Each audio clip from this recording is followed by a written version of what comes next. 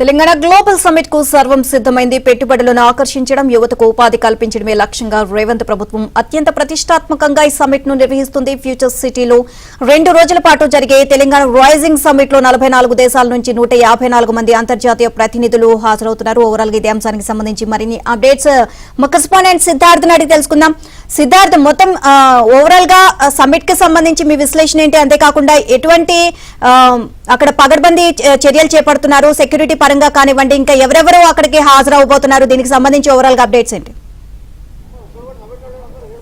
Thank you Neelima. Summit కి సంబంధించి నిన్న CM Revanth Reddy clear cut గా ఒక విషయాన్ని చెప్పారు. నిన్నటి వరకు ఒక లెక్క, గ్లోబల్ సమ్మిట్ జరిగిన తర్వాత ఒక లెక్క అని తన విజన్ ను పూర్తిగా తన ట్వీట్ రూపంలో రేవంత్ రెడ్డి తెలియజేశాడు. ఇక 2047కు తెలంగాణ లక్ష్యాలు ఏంటి అంటే ఏ రంగంలో తమ లక్ష్యం ఏంటి, తమ అభివృద్ధి ప్రణాళిక ఏంటి, తమ పాలసీ డాక్యుమెంట్ ఏంటి అనే విషయాన్ని చర్చించడానికి ఈ 2 రోజుల పాటు గ్లోబల్ సమ్మిట్ ని నిర్వహిస్తూ ఉన్నారు. 2:30కు సీఎం రేవంత్ రెడ్డి వచ్చి కీలకమైన ప్రసంగం అంటే 2047 వరకు తెలంగాణ ఏ విధంగా ఉండబోతుంది, తమ పాలసీ డాక్యుమెంట్ ఏంటి, తమ విజన్ ఏంటి అని రేవంత్ రెడ్డి వివరించనున్నారు. ఇక 44 దేశాల నుంచి 154 మంది అంతర్జాతీయ ప్రతినిధులు ఈ సమావేశానికి రానున్నారు.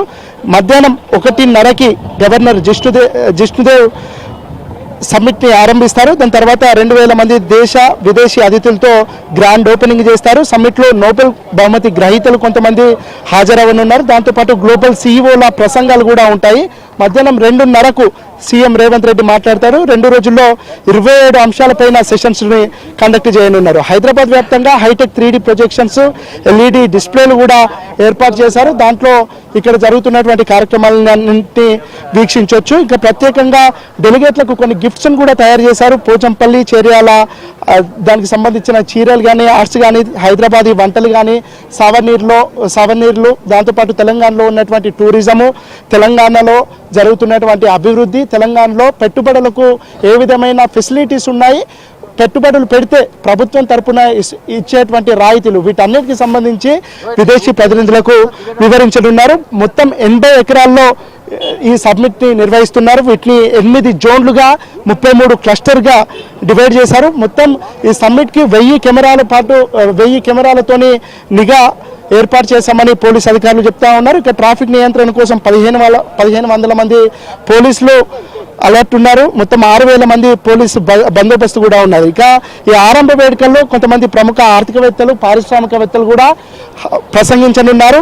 నోబెల్ బహుమతి గ్రహీత ప్రముఖ ఆర్థికవేత్త Abhijit Banerjee, World Economic Summit CEO Jeremy Jurgens ఈ సమావేశంలో మాట్లాడతారు. దాంతోపాటు నోబెల్ శాంతి బహుమతి గ్రహీత కైలాష్ సత్యార్థి కూడా ఈ సమావేశానికి హాజరుగానున్నారు. Trump Media Technology Group CEO Eric Swider కూడా ఈ సమావేశానికి రానున్నారు. ఇక చాలా డిస్కషన్స్ ఉంటాయి. దాంతోపాటుగా ఈ సమావేశంలో 2047 వరకు తెలంగాణ పాలసీ డాక్యుమెంట్ ఏ విధంగా ఉంటుందో వివరించే ప్రయత్నం చేయనున్నారు. ప్రస్తుతం మంత్రులు కూడా ఈ సమావేశానికి హాజరవుతున్నారు. మంత్రి పొంగులేటి శ్రీనివాస్ ఉన్నారు. సార్, ఏంటిది అసలు ఈ సమ్మిట్ యొక్క లక్ష్యం ఏంటి?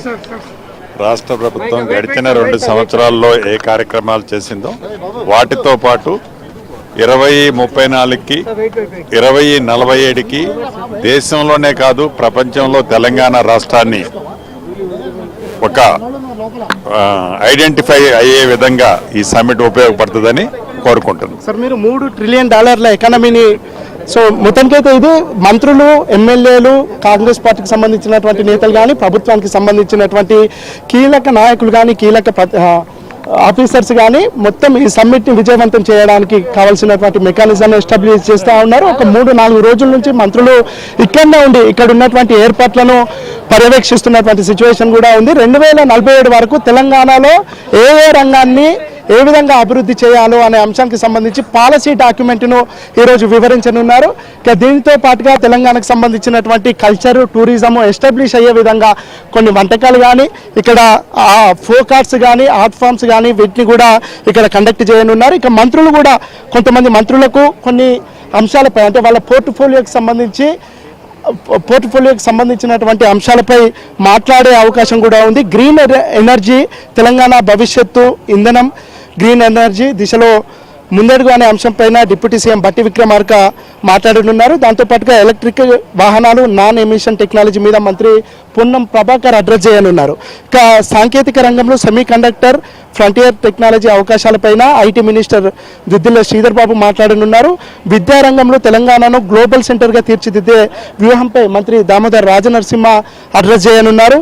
ఇక హాల్ 2, హాల్ 3, హాల్ 4 ఇట్లా కొన్ని హాల్స్ను, దాంతోపాటు అక్కడ ఎప్పుడెప్పుడు ఏ సమావేశం జరుగుతుంది, దాంట్లో ఎవరు అడ్రస్ చేయనున్నారు, ఏ రంగంపై అడ్రస్ చేయనున్నారు అనే అంశానికి సంబంధించి కూడా క్లియర్గా ఒక ప్రోగ్రామ్ షెడ్యూల్ కూడా అనౌన్స్ చేసినటువంటి సిచ్యువేషన్ ఉంది. ఆసియా దేశాలతో ఆర్థిక భాగస్వామ్యంపై మంత్రి ఉత్తమ్ కుమార్ రెడ్డి మాట్లాడనున్నారు. గిగ్ వర్కర్స్, అదేవిధంగా డిజిటల్ ప్లాట్ఫామ్స్, ఉద్యోగాల భవిష్యత్తుపై చర్చకు సంబంధించి మంత్రి వివేక్ వెంకటస్వామి అడ్రస్ చేయనున్నారు. ఇక రైతుల ఆదాయం పెంపొందించే వ్యూహాలపైన మంత్రి తుమ్మల నాగేశ్వరరావు మాట్లాడనున్నారు.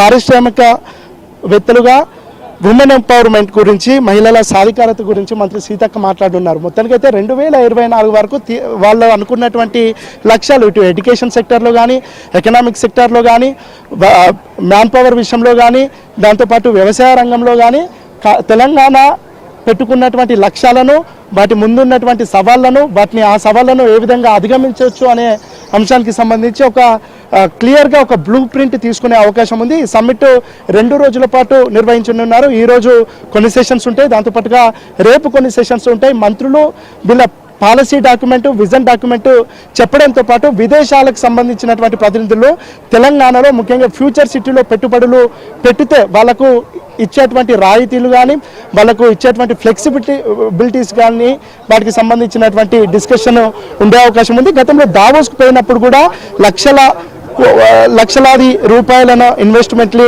తెలంగాణకు తీసుకొచ్చారు. తెలంగాణ ఒక గ్లోబల్ సిటీగా, చైనా +1 మోడల్ తెలంగాణ అని సీఎం రేవంత్ రెడ్డి పదే చెప్తా ఉన్నారు. తెలంగాణలో పెట్టుబడులు పెడితే వాళ్ళకి ఇచ్చేటువంటి ఇన్సెంటివ్స్ గురించి కూడా ఈరోజు డిస్కషన్ ఉండబోతుంది. దాంతోపాటుగా ప్రపంచవ్యాప్తంగా ఇటు వ్యవసాయ రంగంలో కానీ, ఎడ్యుకేషన్ సెక్టర్లో కానీ, మ్యాన్ పవర్ విషయంలో కానీ, దాంతోపాటు సాఫ్ట్వేర్ రంగంలో కానీ అక్కడ ఉన్నటువంటి పరిస్థితులు ఏ విధంగా ఉన్నాయి, అక్కడి కండిషన్స్ ఏ విధంగా ఉన్నాయి, ఇక్కడ తెలంగాణలో ముఖ్యంగా ఇండియాలో ఉన్నటువంటి కండిషన్స్ ఏ విధంగా ఉన్నాయి, వీళ్ళు ఎదుర్కొంటున్నటువంటి ప్రాబ్లమ్స్ ఏంటి, గ్లోబల్ లెవెల్లో వాటిని ఏ విధంగా అధిగమించాలి, వీటన్నిటికి సంబంధించి ఒక పాలసీ డాక్యుమెంట్ని తయారు చేయనున్నారు. ఈ 2 రోజుల డిస్కషన్స్ తర్వాత తెలంగాణ రైజింగ్ అనే పేరుతో ఒక పాలసీ డాక్యుమెంట్ని సీఎం రేవంత్ రెడ్డి ప్రకటించనున్నారు. వాళ్ళు అనుకుంటున్నట్టు 2047 వరకు తెలంగాణ ఏ విధంగా ఉండబోతుంది, వీళ్ళు అంటే తెలంగాణ ఎకానమీని ఏ విధంగా గ్రోత్ చేయాలి అనే అంశానికి సంబంధించి కూడా తెలంగాణ ప్రభుత్వం కొన్ని విషయాలను వివరించనున్నారు. మొత్తానికైతే తెలంగాణ భవిష్యత్తులో ఏ విధంగా ఉంటుంది,